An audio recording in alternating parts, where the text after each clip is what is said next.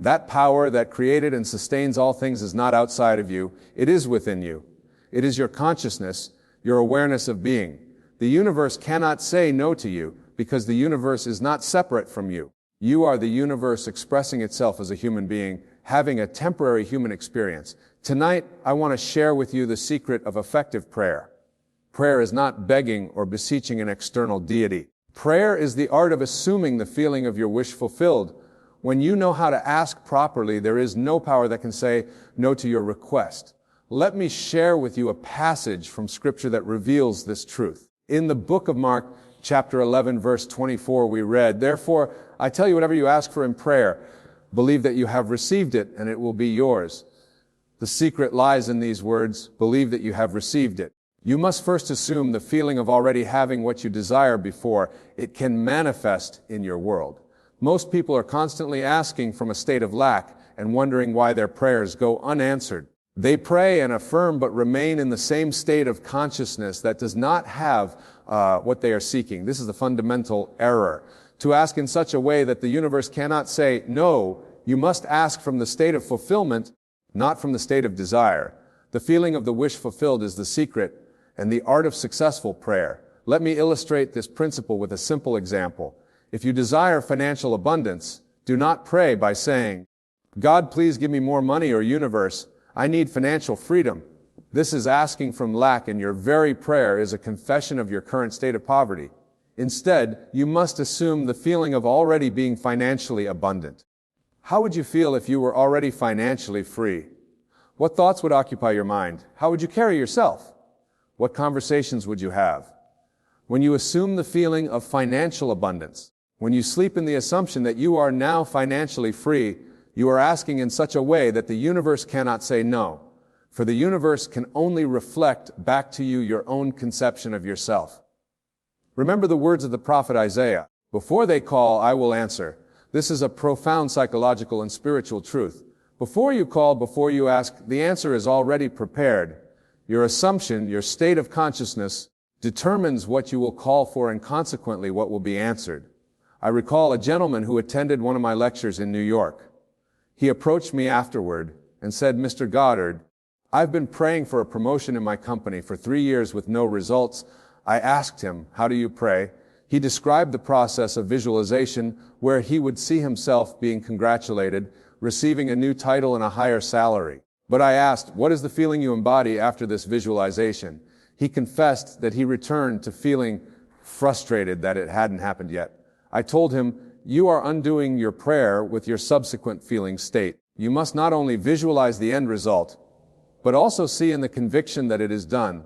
I suggested that he assume the feeling of already having received the promotion before going to sleep each night.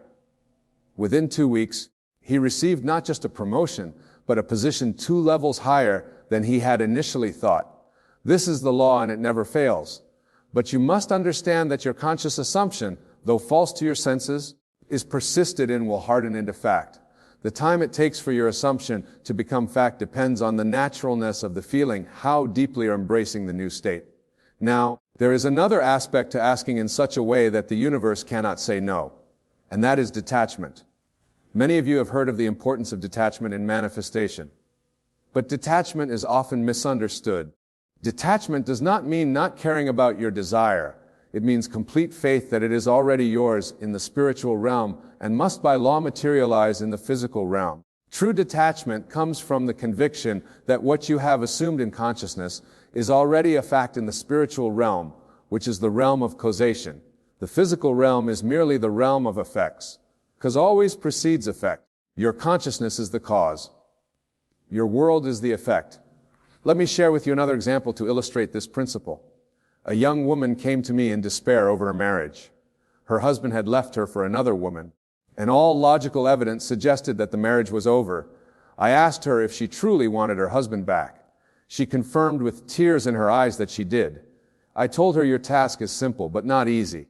You must assume that your husband has returned and that your marriage is more harmonious than ever before. You must live from the end. When you go to sleep at night, feel the joy and gratitude of having your husband back. Feel his presence beside you in bed. Hear his voice expressing his love for you. Feel the wedding ring on your finger. Do this with conviction, and the universe cannot say no. She practiced this faithfully for 3 weeks. At first, nothing seemed to happen. Then, unexpectedly, her husband called. They met for coffee, which led to dinner. And within a month, he had moved back home. But here's the interesting part. He told her that during those 3 weeks, he couldn't stop thinking about her. He felt inexplicably drawn back to her, despite his logical mind telling him to stay away. This is how the law works. When you assume the feeling of your wish fulfilled, you are exercising the divine power within you, which is your imagination. And your imagination, sustained with conviction, will externalize itself in your physical reality. I want to emphasize that this is not mere positive thinking or wishful thinking. This is the application of an immutable spiritual law. The Bible calls it faith. Faith is the substance of things hoped for, the evidence of things not seen. Faith is the feeling of possession of the things desired. Faith is coming from a state of knowing.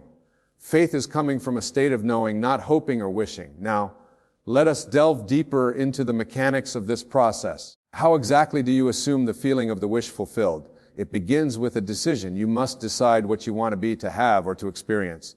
Be specific. Be clear. Then, you must construct a scene in your imagination that implies the fulfillment of your desire. For instance, if you desire a new home, create a scene where a friend is congratulating you on your beautiful new home. Feel their handshake or embrace. Hear their voice. Smell the freshness of your new space. Feel the emotion of pride and gratitude for having your new home. This scene, if constructed with sensory vividness and emotional intensity, and if persisted in until it takes on the tone of reality, will materialize in your physical world. This is asking in such a way that the universe cannot say no, because you are not asking in the traditional sense at all. You are claiming, you are appropriating, you are assuming, you are exercising your divine right as a creator made in the image of God. I must stress that this principle applies to every area of your life: health, wealth, relationships, career, spiritual growth, and more. There is no limit to what you can achieve through the proper application of your imagination. Consider the case of physical healing. If you are experiencing illness or physical discomfort, the conventional approach is to focus on the problem, to fight against it, to see it as an enemy to be conquered. But this keeps you locked in the consciousness of illness. Instead, assume the feeling of being perfectly healthy. Feel the energy coursing through your body. Feel the joy of pain-free movement. Feel the gratitude for your robust health. This feeling state persisted and will manifest as physical well-being. I recall a woman who had been diagnosed with a chronic condition that doctors said was incurable. She came to me in desperation, having exhausted all medical options. I taught her this principle of assuming the feeling of her wish fulfilled. I instructed her to go to sleep each night in the assumption of perfect health, to feel the joy and gratitude of being completely healed. Within 3 months, she returned to her doctor for a checkup, and to the doctor's astonishment, there was no trace of the condition. The doctor called it a spontaneous remission, a medical miracle, but it was no miracle in the sense of a violation of natural law. It was the perfect operation of the law of assumption. She had changed her concept of herself, and her body reflected that new concept. Now, some of you may be thinking, but Nebu, what about the time gap? What about the waiting period between my assumption and its manifestation in the physical world? This is where most people falter. They cannot sustain the faith through the interval of time. They begin to doubt, to question, to look for results. And in doing so, they revert to the old state of consciousness, the state of lack. The key is to understand that time is merely a psychological construct, a measurement of the interval between events. In the realm of spirit, in the realm of consciousness, there is no time. Your desire is already fulfilled the moment you assume the feeling of its fulfillment. The time it takes to materialize in the physical realm is determined by various factors, including the naturalness of the state to you and the degree to which you persist in the new state. Do not be concerned with the how. The universe, God, your own wonderful human imagination, will take care of the how. Your job is to remain faithful to the end, to the state of fulfillment. As you do this, the bridge of incidents will form naturally to lead you to the physical realization of your desire. Let me give you another example to illustrate this point. A man desired to travel to a foreign country, but lacked the financial means to do so. Instead of focusing on the lack of money, he began to assume the feeling of already being in that country. Each night before sleep, he would imagine smelling the distinct aromas of that country's cuisine, hearing the local language being spoken, seeing the famous landmarks, and feeling the unique texture of the local fabrics. He persisted in this assumption for several weeks. Then, out of the blue, he received a call from a company that was expanding into that very country. They had seen his resume online and wanted to interview him for a position that would require him to relocate there. Not only would they cover his travel expenses, but they would also provide a salary that far exceeded what he was currently earning. Was this a coincidence? There are no coincidences in a universe governed by law. It was the perfect externalization of his internal state. He had asked in such a way that the universe could not say no. I must also address a question that often arises. What about the desires of others? What if my desire conflicts with someone else's? This stems from a misunderstanding of the nature of consciousness. Consciousness is one, although it appears to be many. There is only one God, one imagination, expressing itself through countless human forms. When you assume the feeling of your wish fulfilled, you are not imposing your will on another. You are simply attracting to yourself the circumstances, people, and events that match your state of consciousness. Everyone is you pushed out. The world is yourself pushed out. What you see in others is a reflection of your own consciousness. If you want to change your world, change your concept of yourself, as within, so without. This is the ancient Hermetic principle, and it is as true today as it was thousands of years ago. Now I want to share with you a technique that I have found particularly effective in assuming the feeling of the wish fulfilled. It is the technique of revision. Revision is the art of mentally rewriting a past event to align with your desired outcome. By revising the past, you are actually recreating your future, because the future is a projection of your past beliefs and assumptions. For example, if you had a disagreement with a colleague at work, instead of carrying the negative energy of that encounter, revise it in your imagination. See the conversation going harmoniously. Feel the mutual respect and understanding. Hear the words of agreement and cooperation. By revising the past event, you are changing your state of consciousness and consequently your future interactions with that person. Revision can be applied to any past event that continues to affect your present state of consciousness negatively. By mentally rewriting these events, you are asking in such a way that the universe cannot say no. Another powerful technique is the use of affirmative prayer, or what I call imaginative assertion. Unlike traditional prayer, which often takes the form of petition or supplication, affirmative prayer is the declaration of what is already true in spirit. It is claiming what is already yours by divine right. For instance, instead of saying, "God, please heal my body," say with conviction, "I am whole, perfect, strong, powerful, loving, harmonious, and happy." Feel the truth of these words. Embody them. Let them permeate your consciousness until they become your dominant state. This is asking in such a way that the universe cannot say no, because you are not asking from a place of lack or need. You are affirming the truth of your being, the truth of who you really are. I want to emphasize that the techniques of visualization, revision, affirmative prayer, or any other are merely aids to help you assume the feeling of the wish fulfilled. The techniques themselves are not the power.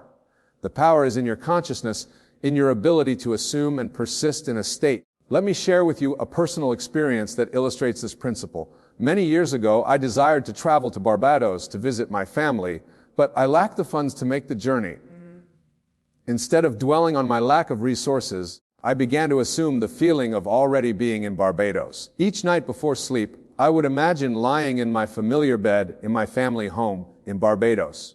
I would hear the distinct sound of the palm trees rustling in the Caribbean breeze. I would smell the salt air and feel the warmth of the tropical climate. I persisted in this assumption for several weeks, falling asleep each night in the feeling of already being in Barbados. Then, one day, I received a letter from my brother in Barbados. Inside the letter was a ticket for passage to Barbados, a gift from my family. The law had worked perfectly.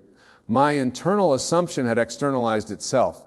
This is the law, and it never fails, but you must apply it correctly. You must ask from the state of having, not from the state of wanting. You must embody the consciousness of already being what you want to be, already having what you want to have, already experiencing what you want to experience. Now, I want to address a common misconception.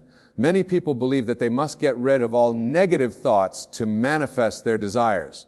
This is not true. Thoughts and of themselves do not create reality. It is the feeling, the emotional state, the consciousness that creates reality. You will always have passing thoughts, both positive and negative. The key is not to identify the negative thoughts, not to dwell in them, not to make them your whole. Instead, choose deliberately the state you wish to occupy and persist in it despite any contrary thoughts or appearances. This brings me to another important principle, the principle of attention. Whatever you focus your attention on, you energize and manifest in your life. Your attention is like a spotlight. Whatever it illuminates becomes your reality. Therefore, be selective with your attention, directed consciously toward what you want, not toward what you do not want. If you want health, do not give your attention to illness. Do not give your attention to illness. If you want wealth, do not give your attention to poverty. If you want harmonious relationships, do not give your attention to conflict. This is asking in such a way that the universe cannot say no. I once worked a businessman who was facing financial ruin. His company was on the verge of bankruptcy, and all external evidence pointed to an inevitable collapse. I taught him the principle of attention. I told him, do not give life to the bankruptcy by dwelling on it, by talking about it, by feeling the despair of it. Instead, direct your attention to the state of financial prosperity. I instructed him to create a mental scene that implied the financial turnaround of his company. In his imagination, he crafted a scene where his accountant was showing him balance sheets indicating substantial profits. He felt the relief, the joy, the gratitude of this turnaround. He persisted in this mental exercise for several weeks. During this time, an opportunity presented itself that he would have missed had he been focused on bankruptcy. This opportunity led to a partnership that not only saved his company, but propelled it to new heights of success. This is the law in operation. By directing his attention to the desired state, by dwelling in the feeling of the wish fulfilled, he asked in such a way that the universe could not say no. I want to underscore that this principle is not about ignoring reality or living in denial. It is about understanding the true nature of reality. The external world is a shadow or reflection of internal states. By changing your internal state, you inevitably change the external reflection. Think of it this way. If you are looking at your reflection in a mirror and you do not like what you see, it would be futile to try to change the reflection directly. You must change what is being reflected yourself. Similarly, if you do not like what you see in your world, you must change the concept of yourself, your state of consciousness. This brings me to another crucial aspect of asking in such a way that the universe cannot say no. Self-concept. Your self-concept, your idea of who you are, is the foundation of all your manifestations. Everything you experience is a reflection of your concept of yourself. If you see yourself as unworthy, you will manifest experiences that confirm this unworthiness. If you see yourself as a victim, you will manifest experiences of victimization. If you see yourself as powerful, loved, and abundant, you will manifest experiences that confirm these qualities. Therefore, the most fundamental change you can make is to change your concept of yourself. Assume the feeling of being the person you want to be. Live from that assumption. This is asking in such a way that the universe cannot say no.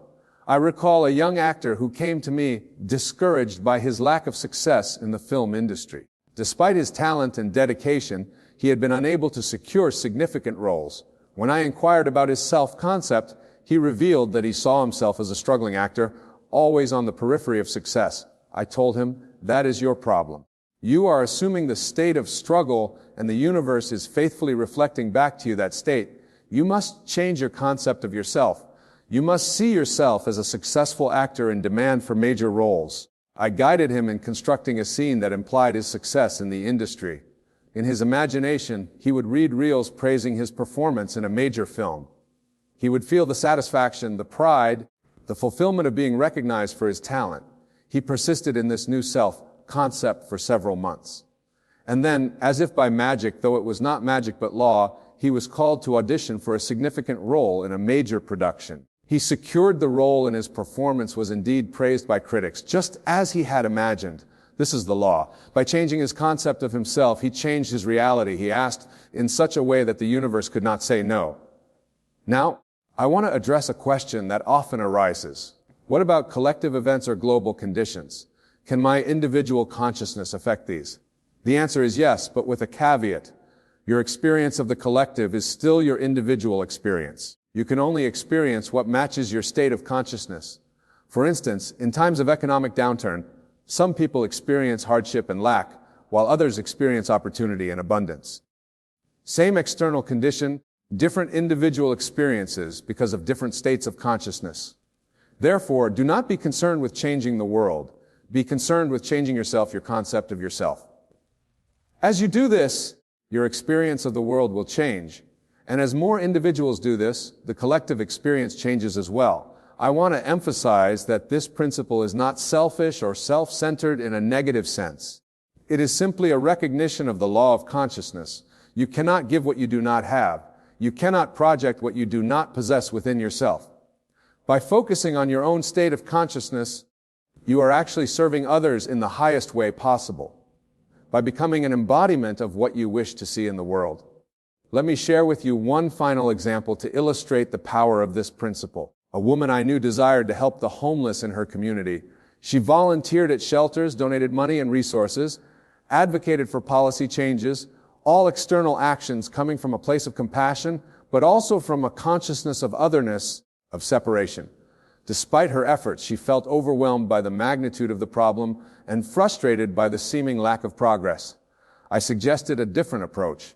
Instead of seeing the homeless as separate from herself, as others to be helped, I advised her to assume the state of consciousness where homelessness was already solved.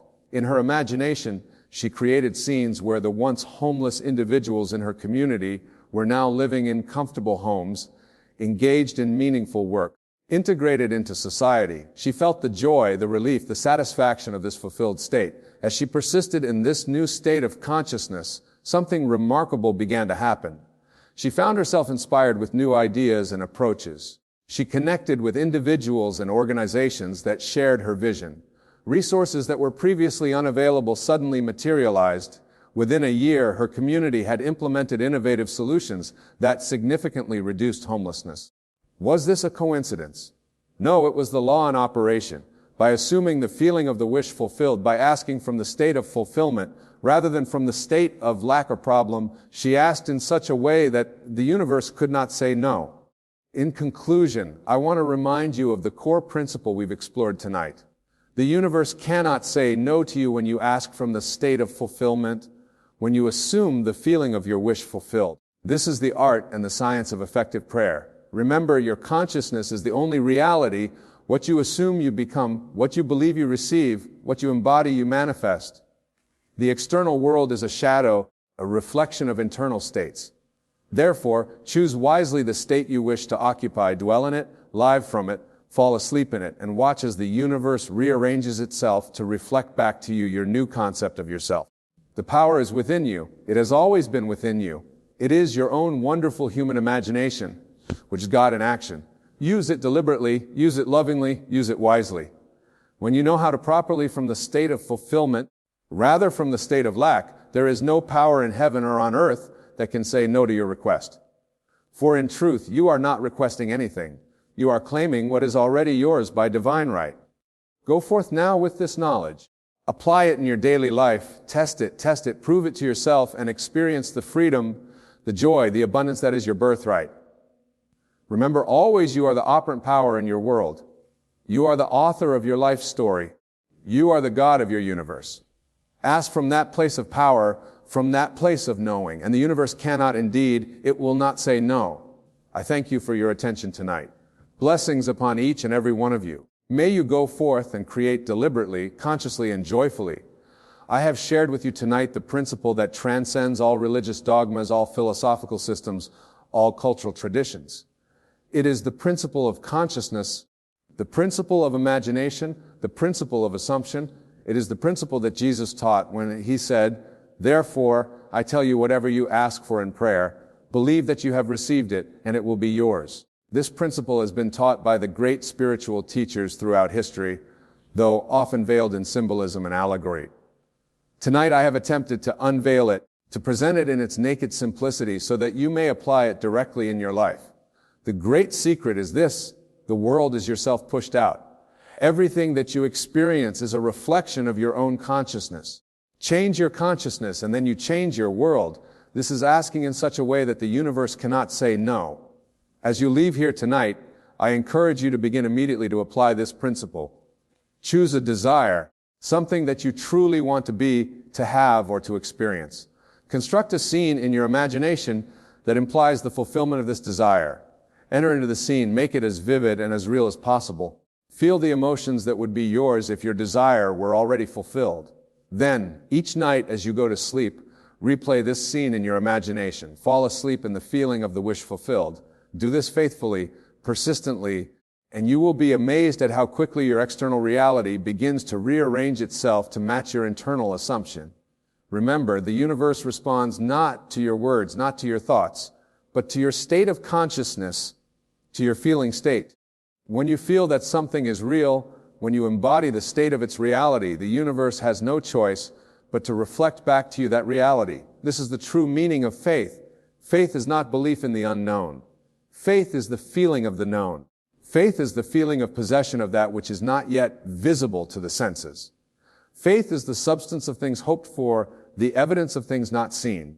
When you operate from faith, when you live from the end, when you assume the feeling of the wish fulfilled, you are asking in such a way that the universe not say no. I leave you with this final thought. You are divine. You are God in human form. The power that created and sustains the universe resides within you as your own wonderful human imagination. Use this power consciously. Use it lovingly, and there is nothing that you cannot be, do, or have. Go forth now and create the life of your dreams, for indeed it is your divine right and your divine responsibility to do so. Thank you and God bless you all. This is not a suggestion, it is law. It is the hidden code of creation itself. You have been told to ask, but how do you ask the universe in a way that compels it to respond swiftly, precisely, and powerfully? You ask with knowing, not with desperation, not with fear, not with begging, but with calm, confident stillness. You say, it is done, not can I have it, not will you give it to me someday. You say, it is already mine. The secret is this, the universe does not hear your words. It hears your state. It reads your being. When you ask, you must become the one who already has. You must clothe yourself in the feeling of the wish fulfilled. You must sit in the silence and walk in your imagination as though what you ask for is already yours. This is not imagination for fantasy's sake. This is creation, divine creation. If you desire love, feel love now. If you desire wealth, walk as one who is already rich in mind. If you desire freedom, move in this world with the confidence of the liberated. Do not wait to see it before you believe it. Believe it and you will surely see it. Ask the universe like this, show me what it feels like to be whole. Show me what it feels like to be chosen. Show me what it feels like to be powerful, prosperous, and overflowing with joy. And when you ask this way with conviction, the universe will not hesitate. It is bound by law to reflect your inner world. You are not asking something outside yourself. You are awakening something within. All things exist. All realities are now. What you seek is already done. Your only task is to shift your awareness, to change the channel, to occupy the state. You do not beg the universe, you declare boldly. The moment you drop to your knees in desperate plea, you proclaim to the unseen world that you are separate from your desire. And so the law, impartial and perfect, reflects back to you more of that separation. The universe is not moved by desperation, nor does it respond to lack. It echoes your inner conviction, your state of being. Therefore, when you ask, you must not plead, must assume. Assumption is not wishful thinking. It is not a fleeting hope. Assumption is a knowing, an inner certainty that what you have imagined is already yours. It is the spiritual posture of possession. When you declare a thing boldly, when you rise in the stillness of your own soul and say it is done, you are aligning with the very nature of creation. All things come to those who already have in consciousness. This is the hidden key the world has missed. People cry out in pain, asking for change, asking for signs, asking for help. Yet they do so while identifying themselves with the very absence of what they desire. They pray for love while feeling unlovable. They ask for wealth while identifying as poor. They plead for healing while wrapping themselves in the cloak of sickness. And then they wonder why the universe is silent. But hear this truth. The moment you assume the feeling of already having, the universe begins to reorganize itself to reflect that assumption. This is not magic, it is law. The law of consciousness is absolute. What you believe yourself to be inwardly, you will see reflected outwardly. The world is but a mirror, and it does not lie. It shows you what you believe, not what you want. Speak as one who has already received. When you ask, do so with authority, with a quiet confidence that does not flinch when the physical world shows the opposite. That is the test. Can you persist in the feeling of fulfillment even while the senses scream lack? Can you maintain the assumption when there is no evidence except your inner knowing? This is the difference between those who manifest quickly and those who wait endlessly. The former knows that the invisible is more real than the visible. They know that reality begins in the imagination. They know that every outer circumstance is only the shadow of a deeper inner truth.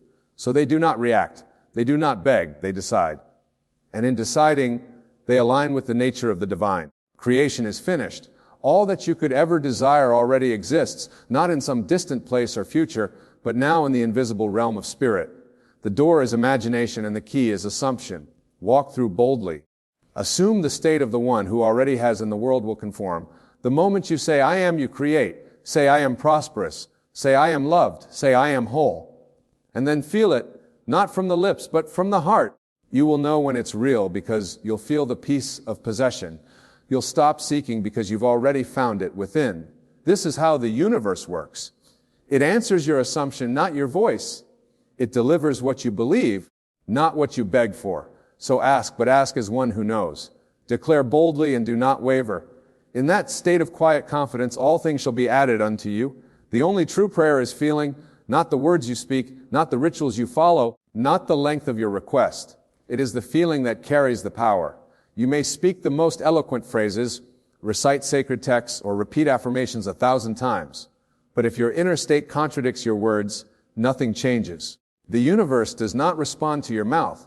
It responds to your soul. And your soul speaks in feeling. Feeling is the secret doorway to manifestation. It is the bridge between the invisible and the visible, the internal and the external. When your feeling matches the reality you desire, you collapse the space between imagination and fact. The world around you begins to bend, shift, and rearrange to reflect the truth you hold within. This is why people can speak constantly of success and yet remain in lack, because their inner feeling whispers doubt. They say they believe, but they feel fear. And it is the feeling, not the words, that the universe obeys. The law is impersonal, unchanging, and absolute.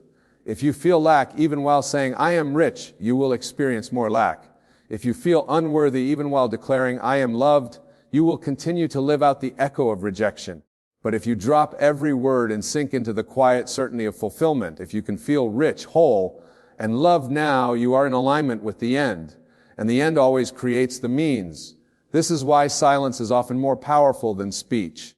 In the silence, you can enter the stillness of your own being and ask not with your mouth, but with your heart. You close your eyes, breathe deep, and imagine the thing you desire not as a distant hope, but as a present reality. You feel the weight of it, the warmth of it, the joy of it. And in that sacred moment, you become one with your desire. That is prayer. That is creation. Do not be fooled by appearances. Do not wait for the outer world to give you permission to feel the inner reality. It is not, I will feel successful when I have success. It is, I feel successful now, and therefore success comes. The cause is always internal. The effect follows. Train yourself to feel your prayer before it is visible. Train yourself to move past the noise of doubt and sink into the stillness of knowing. Your feeling is the signal. It is the vibration you send out into the field of infinite potential, and it always returns in form. The outer world is your mirror. It reflects not your words, but your dominant emotional state. So when you pray, do not worry about the right phrases. Do not fret over whether you are saying it correctly. Go deeper. Ask yourself, how would I feel if it were already done? And then feel it. Stay there. Live there. That is the true prayer. That is the moment creation begins. And once you have touched that feeling, hold it. Nurture it. Walk through the world not as one who is seeking, but as one who has already received. Because in truth, once you've felt it, once you've become it within, it is already yours. The outer must obey the inner always. Imagination is the sacred temple of creation. It is not a place of idle dreams or fleeting fantasies. It is the workshop of reality, the holy ground where the invisible becomes visible. All things begin first in the imagination. Every building, every invention, every movement, every transformation in your life was first conceived as a thought, felt as a possibility, and then shaped into form. When you understand the power of your imagination, you understand the power of creation itself. What you vividly imagine and feel as real will harden into fact. This is not a poetic suggestion. It is a law. The imagination, fused with feeling, becomes the architect of your world. Whatever you accept as true in your inner world, whatever you see clearly and emotionally experience as done, will move into form. It must. The outer world cannot help but reflect the inner state. Imagination is not just a private escape. It is the divine tool you were given to shape the course of your life. But most people misuse this gift. They imagine worst-case scenarios. They rehearse failure. They picture rejection, conflict, poverty, loss. And because they do so with strong emotion, those things become their experience. They think the imagination is just daydreaming, unaware that they are planting seeds that will grow into reality. You cannot imagine consistently with dread and expect joy. You cannot feel unworthy in your vision and expect to be treated with value. Your world responds not to what you want, but to what you imagine and feel is true. To use imagination rightly is to become deliberate in your vision. It is to quiet the senses and enter the state where you see and feel from the end. You do not simply see the thing you desire.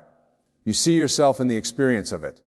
You feel it as if it is happening now. You do not wish for change. You assume it has already occurred. This is the sacred act. This is true worship, to sit silently and feel the reality of your desired state, to become it inwardly, and to know that this inner transformation must find its counterpart in the world around you.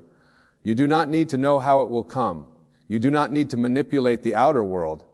You only need to persist in the assumption of your imagined reality, remain faithful to it, return to it often, let it live in you. The longer you dwell in that state, the more naturally your outer world will conform to it. The universe reorders itself around the dominant imagery of your inner being. What you accept as true within, you will live without. This is why imagination must be sacred. You must protect it from fear, from doubt, from the pollution of other people's limitations. Guard your mind as you would guard a precious temple, for within it lives the power to transfer area of your life. You are not subject to the world. The world is subject to your inner vision. The moment you feel something real in imagination, you have already created it. It is finished. You need only walk through the bridge of incidents that will carry you there. You will be led, people will appear, opportunities will rise, doors will open not because you chased them, but because you aligned with them inwardly. Imagination fused with feeling is the divine language of creation. Use it not to escape, but to design, not to wish, but to become. Stand in your mind's eye as the person you desire to be. Feel the joy, the relief, the gratitude of having it now. That is the sacred moment. That is creation, and the world will respond, as it always does, to the vision you have dared to believe. Your inner conversations shape your world. Every moment, whether you realize it or not, you are engaged in a silent dialogue with yourself. These thoughts are not idle. They are not private musings that vanish into nothingness. They are the seeds of your reality, the way you speak to yourself, the tone you use, the assumptions you carry within your internal dialogue. These become the blueprint for your outer experience. The world you see is the echo of what you say inwardly, repeated again and again. You may speak kindly to others, smile on the outside, and say all the right things in public, but if your inner conversation is one of self-doubt, fear, or unworthiness, that is what will manifest. The universe does not respond to appearances, does not hear your voice, and it hears your belief. And belief is formed by repetition. Belief is carved through the steady rhythm of inner speech. The dialogue that runs through your mind day and night becomes the script your life follows. You cannot say to yourself, "I'll never succeed," and then expect to succeed. You cannot entertain thoughts of failure and then wonder why doors don't open. It is not punishment, it is reflection. The law of consciousness works perfectly. Whatever you accept and rehearse inwardly is impressed upon your subconscious and then expressed in the world. Life is always listening to what you say when no one else can hear you. This is why you must become aware. Watch the dialogue within. It is always creating. Begin to notice the tone of your self-talk. Are you encouraging or critical? Do you speak with faith or fear? Are you imagining the best or anticipating the worst? These are not harmless musings, they are creative acts. They are invitations to the universe to send you more of the same. You must become the master of your inner world, not through force, but through awareness. The moment you catch yourself speaking limitations, stop. Do not school yourself, simply revise it. If you hear yourself say, "Nothing ever works out for me," gently replace it with, "Everything is working out in my favor." Say it until it feels natural. Say it until it becomes familiar. Say it until it becomes true in your world. Your mind is pliable. It will believe what you consistently affirm. You can teach it to speak the language of victory. You can train it to repeat what is noble, powerful, and uplifting. And once your inner world changes, your outer world will follow. This is not hopeful thinking, it is spiritual law. The greatest changes in life happen not when the world shifts, but when your self-talk does. When you begin to speak to yourself as one who is worthy, loved, capable, and favored, you begin to live that truth. Opportunities arise, relationships improve, confidence grows, not because the world suddenly got better, but because you became better inwardly. The world has no choice but to mirror your transformation. Your imagination is the stage, your inner words are the script, and your life is the performance. Speak deliberately. Let every word you say within be one of power and truth. Do not wait for external change to speak differently. Speak differently and the change will come. You are always creating. Even in silence, you are shaping. Choose your words well. Let your inner dialogue be the voice of the version of you that already has what you desire. Speak as the healed, the loved, the successful, the abundant. Speak with faith, with joy, with conviction. And when you do, the world will rise to meet you in that same frequency. First, for the outer is nothing but the projection of the inner. Change your inner conversation and you change your life. Time is an illusion. Manifestation happens now. The mind, conditioned by the senses, believes that things unfold in a linear sequence, past, present, and future. Both lies deeper. In the realm of consciousness, all things exist now. What you call the future is not ahead of you. It is here, existing in the unseen, waiting for you to recognize it, claim it, and bring it forth into form. You do not manifest by waiting. You manifest by aligning. There is only one moment, and it is always now. When you imagine something happening, and you feel the truth of it deeply within you, you collapse the illusion of time. You are not hoping for something later. You are experiencing it now in consciousness. And that now becomes the seed of the physical reality to come. If you keep projecting your desire into the future, saying someday or when, you push it away. You are telling your subconscious that it does not yet exist. But the moment you dwell in it emotionally, the moment you feel it is already done, you bring it into your present awareness, and what is felt as real will be made real. Everything is already finished. Creation is complete. You are not bringing something new into existence. You are selecting from infinite realities the one you choose to occupy, that version of you who already has the love, the wealth, the peace, the freedom. It exists now. You don't have to earn it or find it. You must identify with it. Step into it. Feel the truth of it. Leaven that version of you inwardly. This is how you call it, from the invisible to the visible. Most people wait to feel the joy until the thing comes. They say, when I have the money, I'll feel secure. When I have the relationship, I'll feel love. When I succeed, I'll feel worthy. But that is reversed. You must feel the security first. You must feel the love now. You must feel the worthiness before the evidence appears. This is not deception. This is alignment. This is living by the Spirit, not by the senses. The senses will always confirm what is, but imagination reveals what can be, and feeling makes it so. Time is illusion. Then you must withdraw your attention from the calendar, the clock, the waiting. You must understand that the only thing separating you from your desire is your own belief that it is not here. The moment you release that belief, the moment you move into the feeling that it is here, you begin to witness bridges of events that bring it into view. Not because you chased it, but because you became one with it. This mental trick has no optimal step. Be born awake, be bounded, be calm, be mindful. Let this be your practice. Sit in stillness, close your eyes, and enter the scene where your desire is fulfilled. Make it vivid, make it rich. Hear the sounds, see the details, but above all, feel the emotion. Feel the gratitude, the relief, the joy of it being yours now, not tomorrow, not next week now. Dwell in that feeling as long as you can. That is your prayer, that ring. That is the command to the universe. You do not manifest by effort. You manifest by assumption, and assumption is a present tense act.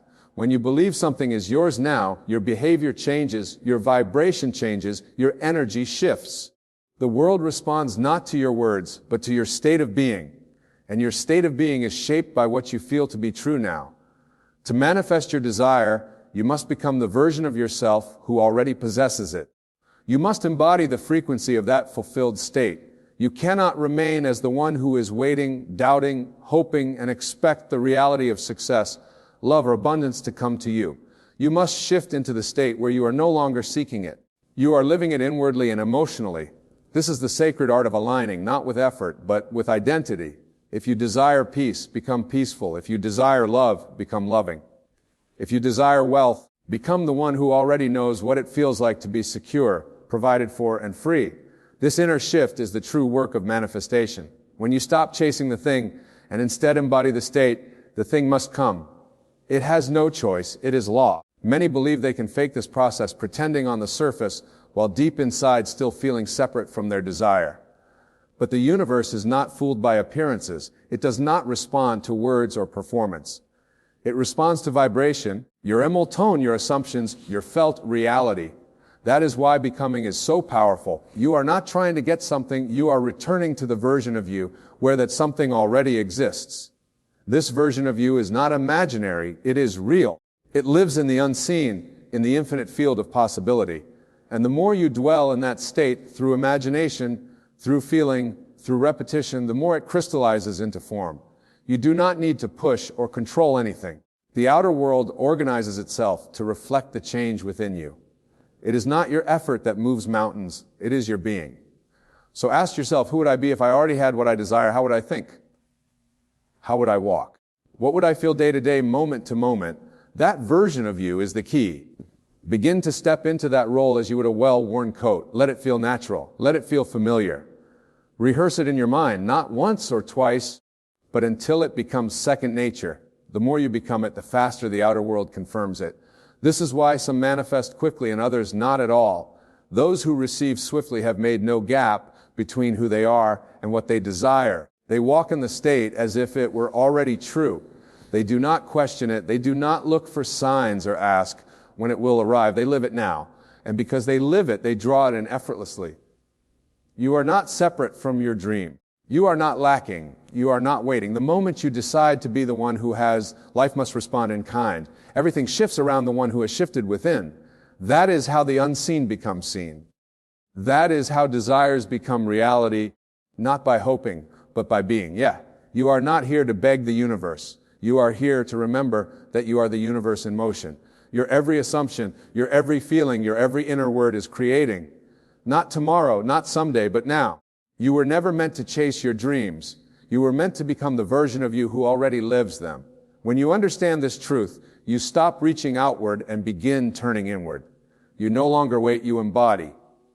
You no longer plead, you declare. Your imagination becomes your sanctuary, your feelings become your prayer, and your world becomes the mirror of your awakened state. So ask the universe, not with desperation, but with conviction. Not with fear, but with fullness. Become the one who already has, and the world will bow in reflection. Because the moment you shift your being, the universe shifts with you.